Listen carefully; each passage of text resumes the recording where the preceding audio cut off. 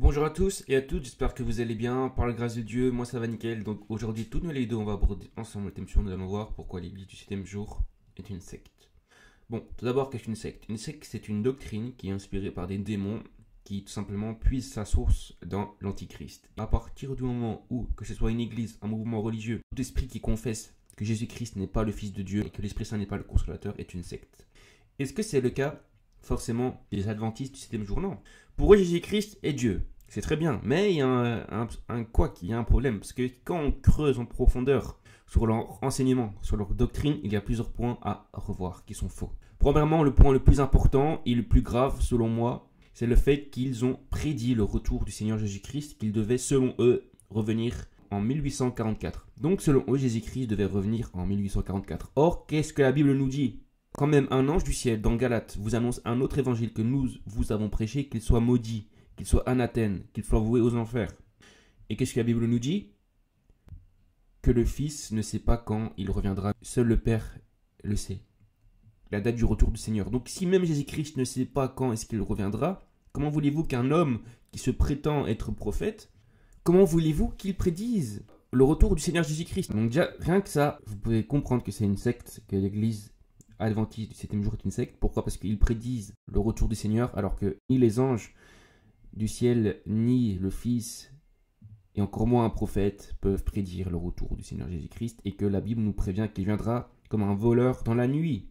Voilà, donc déjà rien qu'à ça, vous pouvez voir très clairement que c'est une secte, un mouvement religieux qui doit être interdit. Donc ensuite, comment savoir? Donc ça c'était le premier point. Le deuxième point, il prêche l'annihilation de l'âme. Comme quoi l'âme sera annihilée après la mort, pour les damnés. Donc admettons que tu es non-chrétien et que tu meurs. Selon l'église adventiste du 7e jour, si tu es damné, tout d'abord tu vas dormir. Les morts dorment, selon eux. On en reviendra pour le troisième point. Mais donc, le deuxième point, c'est quoi? C'est ils prétendent que les hommes et les femmes qui iront en enfer, ils vont y souffrir pendant un certain temps. Ensuite, ils vont être détruits. Et il cite notamment dans un verset, je pense c'est dans Matthieu, où il dit que ne craignez pas ceux qui peuvent tuer le corps, mais qui ne peuvent pas tuer l'âme et le corps dans la gêne. Ici, on parle d'une mort éternelle. La symbolique de ce verset dans Matthieu, c'est que ici Dieu nous parle d'une mort que Dieu fait périr éternellement les âmes, en fait, les damnés. Rien qu'à ce deuxième point, vous pouvez vraiment prendre conscience que l'église de l'adventisme enseigne une hérésie. Troisième point, ils enseignent qu'après la mort, les morts dorment jusqu'à l'attente du retour du Seigneur et du jugement. C'est faux. Parce que si les morts dorment après leur mort, alors pourquoi est-ce que Jésus-Christ a enseigné la parabole du riche et de Lazare? Lazare était bien conscient après sa mort. L'homme riche aussi. L'homme riche pouvait même parler à Abraham. Donc ils étaient conscients. Donc ils ne dormaient pas. Donc toute église qui vous enseigne qu'après votre mort, vous dormez jusqu'à attendre le jugement de Jésus-Christ, la fin du temps, la fin du monde, c'est une hérésie. Ressaisis-toi si tu es dans une église comme ça, dans une secte comme ça, et quitte-la immédiatement. D'accord? Tu quittes immédiatement. Pour moi, c'était les 3 points. Et aussi, quatrième point, c'est une église qui a été fondée en Amérique par un prétendu prophète. Et notamment, une des fondatrices, que je mettrai à l'écran le nom, se prétendait comme étant prophétesse. Donc, avait un esprit de devin qui peut deviner les choses. À partir du moment où Jésus-Christ est venu, Jésus-Christ a accompli parfaitement la loi de Dieu, Jésus-Christ a tout accompli sur la croix, pourquoi est-ce qu'il y aurait eu d'autres prophètes après Jésus-Christ? Cela n'a aucun sens. Après Jésus-Christ, il n'y a plus aucun prophète. S'il y a des apôtres, oui. Des évangélistes, oui. Des diacres, oui.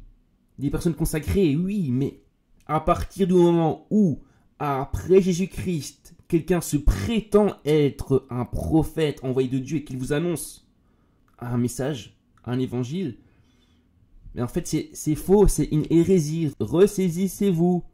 Jésus-Christ a tout accompli sur la croix. D'accord? Jésus-Christ est le Fils de Dieu et Dieu incarné en chair qui a pris la forme d'un corps humain, qui a enduré la souffrance, qui a enduré les persécutions, qui a enduré les moqueries et qui est mort à la croix et qui a ressuscité le 3e jour. Et quiconque vit une vie de sainteté, de consécration, de repentance, qui lit l'évangile, qui lit la Bible, qui l'accepte comme Seigneur et Sauveur Jésus-Christ, et qui vit une vie en conséquence et qui témoigne de sa bonté, et qui témoigne de son sacrifice, et qui l'accepte publiquement devant les hommes, qu'est-ce que la Bible nous dit? Que Jésus-Christ lui rendra témoignage devant même les anges de Dieu.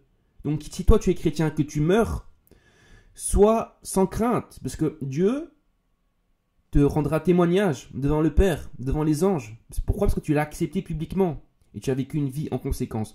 Donc surtout, si tu fais partie d'une église, déjà qui a la prétention de se prétendre église, et qui non seulement cela, mais enseigne des